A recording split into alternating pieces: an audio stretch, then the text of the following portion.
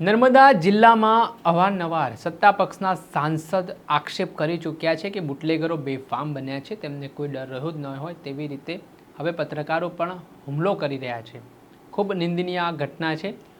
નર્મદાના સિવિલ હોસ્પિટલમાં સારવાર લઈ રહેલા ગિરીશભાઈ નામના પત્રકાર પર બુટલેગરોએ હુમલો કરતા હવે રાજકારણ પણ ગરમાયું છે। સત્તા પક્ષના નેતાઓ બાદ હવે વિપક્ષના નેતા પણ તેમની મુલાકાતે પહોંચ્યા હતા ને શું કહી રહ્યા છે તેઓ વિગતે વાત કરીએ। વૈષ્ણવજન તો તેને કહીએ જે પીડ પરાઈ જાનાને રે। દર્શક મિત્રો, નવજીવન ન્યૂઝમાં આપનું સ્વાગત છે। હું છું ફૈઝાન। નર્મદા જિલ્લામાં બુટલેગરો બેલગામ થયા હોય તેવી સ્થિતિ નિર્માણ પામી છે। એક તો ગેરકાયદેસર ધંધો કરી રહ્યા છે, ઉપરથી લોકો પર રોબ જમાવી રહ્યા છે અને પત્રકારો ઉપર પણ જીવલેણ હુમલાની ઘટનાઓને અંજામ આપી રહ્યા છે, જે ચિંતાનો વિષય બન્યો છે। વાત કરીએ તો તિલકવાડાના જે પત્રકાર છે ગિરીશભાઈ, તેમના ઉપર જીવલેણ હુમલાનો બનાવને આ બુટલેગરોએ અંજામ આપ્યો છે, જેમાં તેમના માથાના ભાગે ફ્રેક્ચર થયો છે, આંખોમાં લોહી આવી ગયું છે અને તેમને ગળદાપાટુનો માર પણ મારવામાં આવ્યો હોય તેવી વાત સામે આવી છે। આ બાબતને લઈને આમ આદમી પાર્ટીના નર્મદા જિલ્લાના પ્રમુખ નિરંજન વસાવા છે તે આ બુટલેગરે જે હુમલો કર્યો તે મામલે જે પીડિત પત્રકાર છે ગિરીશભાઈ, તેમની મુલાકાતે પહોંચ્યા અને આ દરમિયાન તેમણે પોલીસ ઉપર આકરા પ્રહાર કરવાની શરૂઆત કરી અને બુટલેગરો જે રીતે બેફામ બન્યા છે અને પોલીસ જે મુખ પ્રેક્ષક બનીને કામગીરી કરી રહી છે તેને લઈને તેમણે શું પ્રહાર કર્યા છે તે સાંભળો।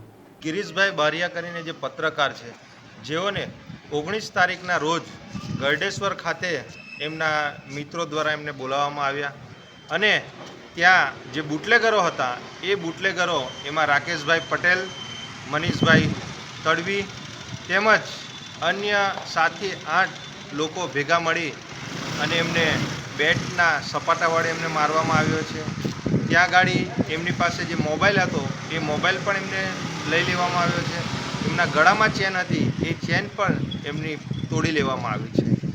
જ્યારે અમે એફઆઈઆરમાં જોયું તો એફઆઈઆરમાં જે મોબાઈલ અને જે ચેન છે એને ફક્ત પડી ગઈ છે એ રીતે એ કરવામાં આવ્યું છે। એટલે આની પણ તટસ્થ તપાસ થવી જોઈએ અને એ વ્યક્તિને જે મારવામાં આવ્યો છે અત્યારે પણ આજે 3 દિવસ થઈ ગયા છે, આંખોમાં પણ એકદમ લાલ લાલ થઈ ગયેલી છે, લોહી આંખો પર આવી ગયેલું છે, માથાના ભાગે ફ્રેક્ચર છે, સીટી સ્કેનના જે રિપોર્ટ આવ્યા છે તેમજ પગમાં પણ જે સપાટાનો જે માર માર્યો છે ગેબી, એના અત્યારે પણ નિશાનો ત્યાં દેખાય છે। એવી જ ઘટના ઉમરલાના પણ બુટલેગરો દ્વારા ત્યાં મારવામાં આવ્યા છે। એ પણ 2 પેશન્ટો ત્યાં ગાડી અત્યારે હાજર છે, કુવાડીના ઘા માર્યા છે, એમાં 7 થી 8 ટાંકા આવેલા છે અને અંગૂઠાના ભાગે પણ ફ્રેક્ચર છે। એટલે નર્મદા હોય કે ભરૂચ હોય કે સમગ્ર ગુજરાત હોય, આ ભારતીય જનતા પાર્ટીમાં આજે જે આ કમલમો ચાલે છે, આજે જે ગુજરાતનું જે આ સરકાર ચાલે છે એ આ ક્યાંક ને ક્યાંક આ બુટલેગરોના ઈશારે ચાલી રહી છે। આજે જો કોઈ સામાન્ય માણસ કોઈ ઘટના કરે છે, કોઈ નાનું મોટું એ કરે છે તો એને તાત્કાલિક ધોરણે એરેસ્ટ કરી અને એની પર કાર્યવાહી કરવામાં આવે છે, ત્યારે આ બુટલેગરોને ક્યાંક ને ક્યાંક આ નર્મદા પોલીસ હોય, ભરૂચ પોલીસ હોય અથવા તો ગુજરાતની પોલીસ આ સરકારના ઈશારે ચાલી રહી છે, આ કમલમના ઈશારે ચાલી રહી છે। એના લીધે આવા બુટલેગરો પર કોઈ પણ જાતની એક્શન કે કોઈ કાર્યવાહી કરવામાં નહીં આવતી।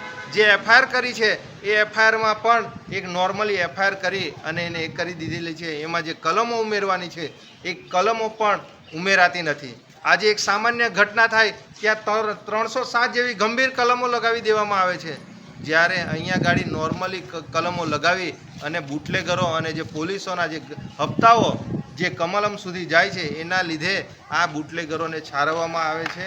એમને જો આવનારા દિવસોમાં એક્શન નહીં લેવાય તો અમે સમગ્ર જનતાને સાથે રાખીને એસપી ઓફિસનો ઘેરાવો કરવાનો થશે, એસપી ઓફિસનો ઘેરાવો કરીશું। આ ભારતીય જનતા પાર્ટીના જે આ નેતાઓ છે, આ સાંસદો હોય કે ધારાસભ્ય હોય કે એમના જિલ્લાના પ્રમુખશ્રીઓ હોય, એ લોકો પોતાની અંદરની ઝઘડાના લીધે, એમના વહીવટોના લીધે, એના લીધે આ પ્રજાઓ ઉપર આ લોકો ધ્યાન નથી આપતા। એના લીધે નર્મદા પોલીસ અને આ બુટલેગરો આમ ખુલે આમ આવા ધંધાઓ કરી રહ્યા છે।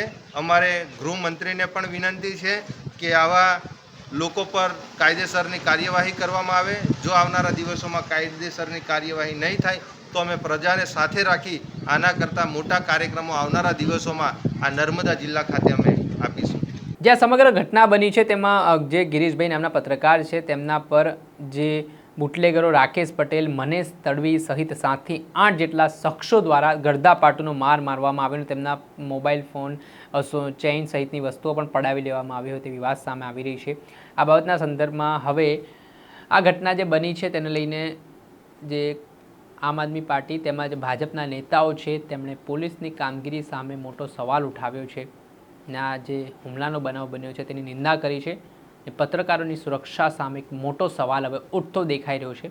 હવે શું કાર્યવાહી થાય છે તે જોઈ રહ્યું, તંત્ર શું પગલાં લે છે તે આવનારા સમયમાં ખબર પડશે. દર્શક મિત્રો, આવા જ નવા વિડીયો સાથે આપણે માહિતગાર કરતા રહીશું. એટલે નવજીવન ન્યૂઝ જોતા રહો, લાઇક કરો, શેર કરો.